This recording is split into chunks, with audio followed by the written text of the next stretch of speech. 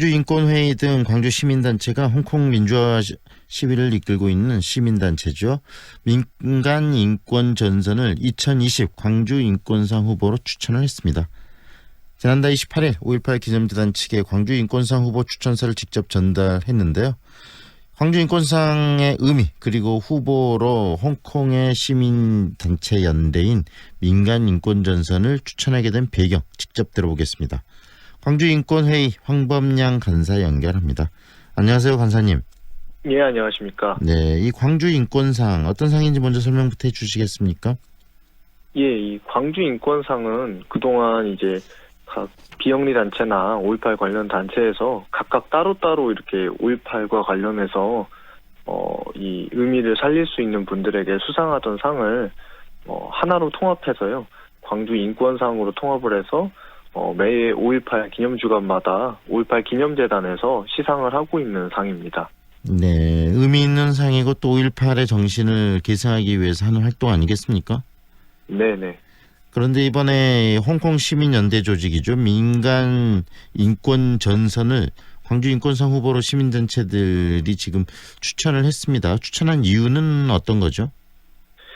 일단은 저희가 광주의 시민단체 중 이걸 제안드린 것이 이제 인권 관련 활동을 하는 시민단체들의 연대체인 저희 광주인권회의인데요. 저희가 생각을 하기에 이 홍콩의 어떤 시민사회를 지지하기 위해서 여러 가지 방법들이 있을 텐데 그것이 무엇이 있을까 저희들이 고민을 하다가 네. 아무래도 가장 좋은 것이 내년 2020년 광주인권상에 이 홍콩의 어떤 시민들이 상을 받는다면은 이 상을 받는 즉시 이제 5.18 기념주간에 초청이 되고 기자회견 자리를 갖게 되거든요. 이것 자체가 굉장히 큰 또 연대가 될 수 있겠다라고 판단을 해서 저희가 추천을 하기로 생각을 했고요. 그 중에서 이제 홍콩 시민 전체를 이렇게 추천을 할 수는 이제 상을 특정해야 되기 때문에 네네. 저희가 그 중에 가장 좀 넓게 시민단체로 연대체로 보고 있는 민간 인권전선이 가장 좀 적당하지 않을까 싶어서 그렇게 추진을 하게 되었습니다. 네, 민간인권전선에 대한 소개도 좀 그렇다면 좀 해주세요. 이 민간 인권전선이라는 단체는 기본적으로 이 시민사회 단체나 어떤 홍콩의 이런 민주주의나 인권을 좀 중요시하는 좀 그런 각종 단체들이 모여 있는 연대체입니다. 가장 이 출발을 한 것은 2002년에서 2003년 정도인데요. 네. 우리나라로 따지자면은 홍콩에서도 이 국가 보안법이라고 볼 수 있는 법이 추진이 됐었습니다. 당시에. 네.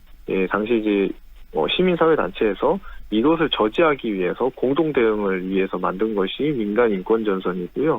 당시에도 약 50만 명의 홍콩 시민들이 참여한 집회로 당시에 이 홍콩 버전의 이 국가보안법을 수립하는 것을 막아낸 전력이 있습니다. 그 이후로도 꾸준히 그 인권 관련한 일들을 추진을 했었고요. 이번 2019년 송환법 반대 투쟁의 좀 중심에 서게 된 것은 2014년에 우산혁명 이후에 네. 홍콩에서 그 좀 영향력이 큰 단체들은 중국 정부의 탄압을 받아서 많이 좀 세력이 약해진 것으로 알고 있습니다. 네. 이 과정에서 대형 집회가 이제 필요해진 상황에서 이런 대형 집회를 할 수 있는 경험이나 그리고 어떤 이런 공신력 있는 단체 이런 네. 역할을 수행하기 위해서 민간 인권전선이 다시 호출이 됐고요. 기본적으로 이 민간 인권전선에서는 본인들이 어떤 독자적인 리더십으로 이런 집회를 하고 있는 것이 아니라 본인들은 어디까지나 시민들의 자발적인 참여를 좀 보조하고 있는 역할일 뿐이다라고 그렇게 말씀을 하고 있습니다. 네, 지금 상을 특정하기 위해서 민간인권전선에게 수상해달라는 그런 추천을 하셨지만 근본적으로는 이 민주화 운동을 하고 있는 홍콩 시민 전부에 대한 연대의식 속에서 이 상을 추천하게 되신 거네요. 네, 그렇죠. 네, 기자회견을 통해서 이렇게 후보 추천을 공식적으로 하셨는데 공개적으로 지금 반응들이 어떻습니까, 주변에?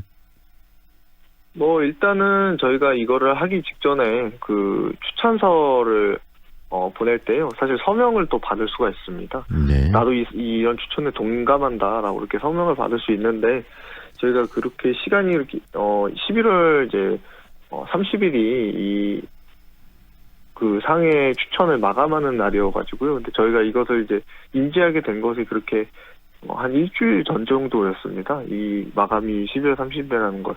그래서 이제 급한 마음에 그 주변에서 이제 좀 서명 동조자를 좀 구했는데요. 네. 그래도 좀 많은 분들이 좀 호응을 해주셔가지고, 그래도 좀 많은 분들이, 많은 광주 시민들, 그리고 많은 한국 시민들이 또 홍콩에 좀 연대하는 마음이 있다는 것을 좀 확인할 수 있었습니다. 광주를 넘어서 다른 지역에 있는 시민들도 이번에 광주 인권상의 추천에 대해서 공감하고 많은 지지의 뜻을 표출을 하셨나 보죠?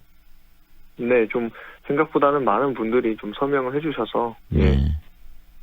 현재 홍콩 시위 상황에 대한 얘기도 좀 해주세요. 현재 상황은 지금 어떻게 이해를 하고 계십니까? 일단은 지난번에 있었던 이제 홍콩 구의원 선거였죠. 네. 예, 우리나라 따지면 지방선거 있을 텐데요. 그 선거에서 사실은 압도적으로 많은 홍콩 시민들이 그 의사를 보여주었고, 뭐 그 이후에도 계속 집회는 계속되고 있는 것으로 알고 있는데요. 아무래도 새로운 전기를 맞이했다라고 보는 것이 맞긴 할 것 같습니다. 물론 그 홍콩의 구의원이라고 하는 것이 아무래도 또 지방선거이고, 또 두 번째로는 우리나라의 구의원이나 시의원만큼의 권한은 없는 것으로 알고 있습니다. 네. 사실 뭐 어떻게 보면은 실권은 많이 없지만 기본적으로 그래도 시위대나 시위에서 이렇게 많은 주도적인 역할을 했던 분들이 대부분 이제 제도권 안으로 들어갔기 때문에 네. 홍콩 시민들의 어떤 자치나 민주주의에 대한 요구가 이것으로 끝은 아니지만 분명히 확실한 것은 새로운 전기를 맞이했다. 네. 그렇게는 볼 수 있을 것 같습니다. 홍콩 행정당국이나 중국 정부 입장으로는 이 시위대는 소수에 불과하다고 지속적으로 이야기를 해왔는데, 이번 선거 결과가 이 홍콩 대다수의 시민들이 지금 중국이나 행정당국의 어떤 조치에 대해서 크게 문제의식을 갖고 있다는 것을 그대로 보여주는 거 아니었겠습니까? 예, 바로 그렇습니다. 네. 특히 이 시위대들, 홍콩의 이 집회하고 민주화를 외치는 시위대들의 주축을 보면 10대, 20대 젊은 층들이 굉장히 많은데요. 결국은 홍콩의 미래에 대한 불안감 때문에 더 이런 젊은 층들의 적극적인 민주화 요구가 표출되는 거 아닌가라는 생각도 드는데, 우리 선생님께서는, 우리 간사께서는 어떻게 생각하세요?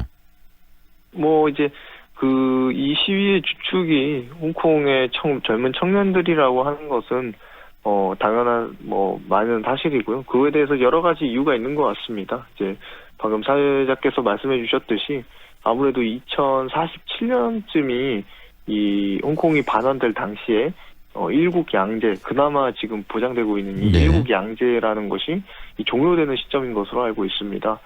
이제 그때가 될 경우 이제 지금의 젊은 청년들 같은 경우에는 사실은 한참 중장년 나이대거든요.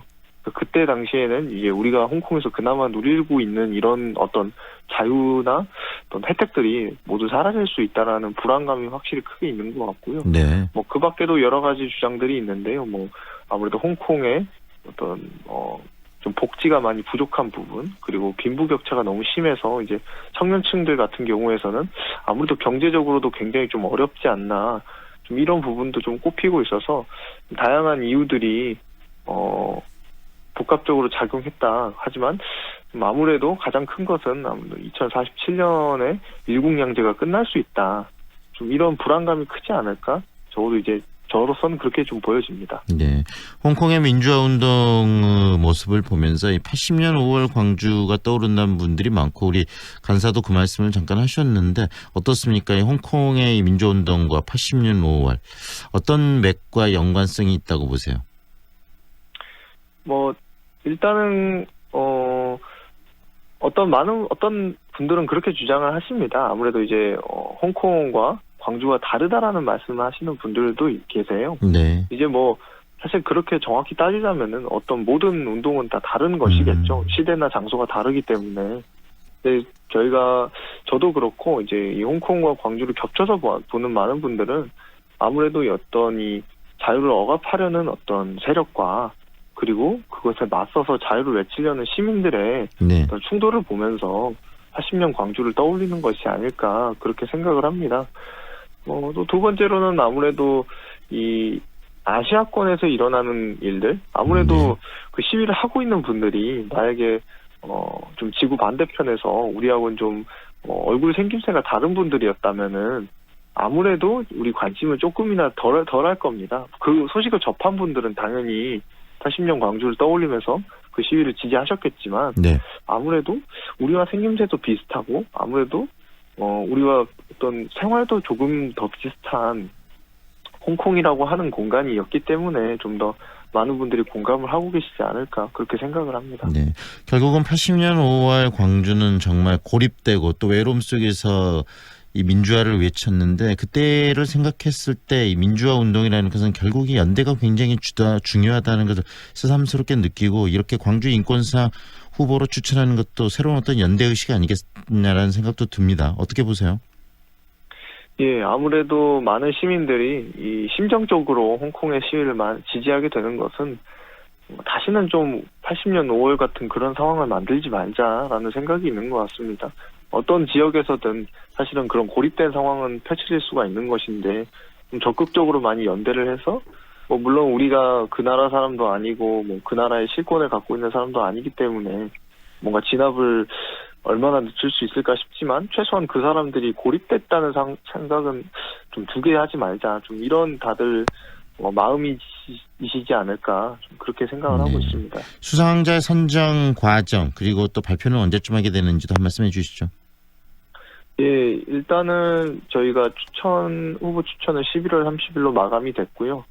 이제 추천이 마감이 되면은 이제 5.18 재단에서 선정한 어떤 독립적인 위원분들이 비공개로 이제 심사를 하게 되십니다.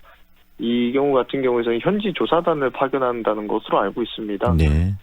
조사 기간에 굉장히 시간이 오래 걸리겠죠. 사실은 홍콩뿐만 아니라 각종 좀 전쟁이나 인권 침해가 많이 일어나고 있고 이것을 이제 사실 해결하기 위해서 노력하는 분들이 전 세계에 사실 굉장히 많지 않습니까? 네네. 이런 현지 상황들을 모두 조사하려고도 보면은 사실 굉장히 시간이 오래 걸리고요. 이것들을 모두 심사를 마친 다음에 이제 상 수상 자체는 이제 5.18 주간이 가까이 오면은 이제 발표가 되고 이 상이 결정이 되면은 이제 그분들이 직접 네. 상을 수상하신 분들이 직접 광주에 5.18 주간에 오게 되시고 이제 여기서 기자회견을 하게 되시고요. 당연히 5.18 묘역이나 이런 역사적인 장소도 참배를 하시겠죠. 그리고 이제 관련한 기념 부조라고 해야 되나요? 네. 그런 부조물이 이제 5.18 재단 안에 이렇게 만들어져서 그것이 걸리게 된다고 그렇게까지 알고 있습니다. 네, 오늘 말씀은 여기까지 듣겠습니다. 고맙습니다. 예, 감사합니다. 지금까지 광주인권회의 황범량 간사와 함께